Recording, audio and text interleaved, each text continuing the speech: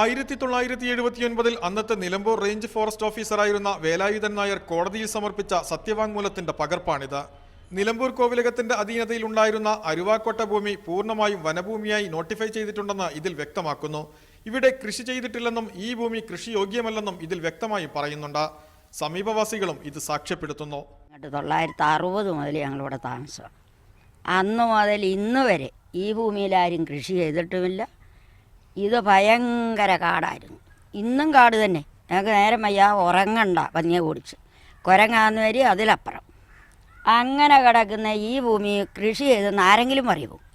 ഇന്ന് വരെ ചെയ്തിട്ടുമില്ല. ഈ മലപ്പുറം ജില്ലയിൽ ആരോട്ട് കണ്ടിട്ട്.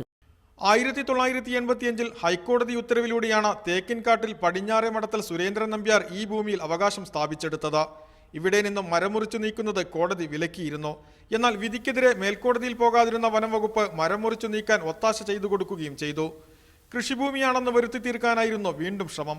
എന്നാൽ 2000-ലെ വനം പരിസ്ഥിതി ദുർബല പ്രദേശ സംരക്ഷണ ഓർഡിനൻസിലൂടെ ഭൂമി വീണ്ടും സർക്കാരിൽ നിക്ഷിപ്തമായി. ഈ ഭൂമിയിൽ ക്രയവിക്രയം സാധ്യമല്ല. ഈ അവസ്ഥ മുതലെടുത്താണ് സർക്കാരിൽ നിന്നും അനുകൂല തീരുമാനമുണ്ടാക്കാം എന്ന വാഗ്ദാനം നൽകി ഭൂമി കൈക്കലാക്കാൻ ബിനാമികളെ മുന്നിൽ നിർത്തി ചില രാഷ്ട്രീയ നേതാക്കൾ നീക്കം തുടങ്ങിയിരിക്കുന്നത്. ജലീൽ പടന്ന, മീഡിയ 1, മലപ്പുറം.